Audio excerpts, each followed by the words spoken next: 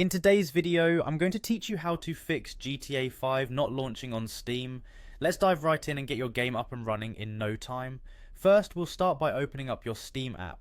If you're not sure where it is, it's typically found on your desktop or in your list of programs. Once you locate it, go ahead and open it up. Now look for the login button. It's usually on the upper right corner of the screen. Click on it, and you'll be prompted to enter your account name and password. Be sure to input your credentials carefully, as typos could cause issues logging in. Once entered, click on the Sign In button to access your account. Now that you're logged in, you should be on your Steam homepage. From here, navigate to the Library section by clicking on the tab labelled Library. This is where all your downloaded games are located. Once you've clicked on Library, find GTA 5 in your list of games. When you spot it, go ahead and right-click on it.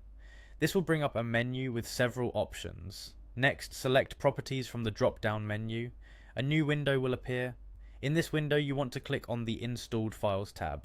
Once you've clicked there, look for the option that says Verify Integrity of Game Files. Clicking this will prompt Steam to check if all the game files are intact and functioning as they should be. If any files are missing or corrupted, Steam will re-download them for you. This process can take a few minutes, so be patient as Steam works through it. After the verification is complete, within the same window, you'll notice another button labelled Browse. Click on it and it will open up the folder where GTA 5 is installed on your computer.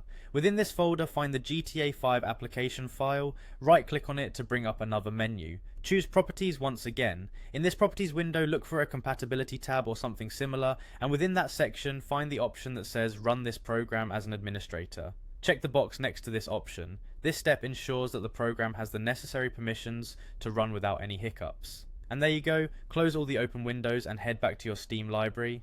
Try launching GTA 5 again, and fingers crossed it should now start without issues. Thanks for watching, and I hope this has helped you get back to your gaming.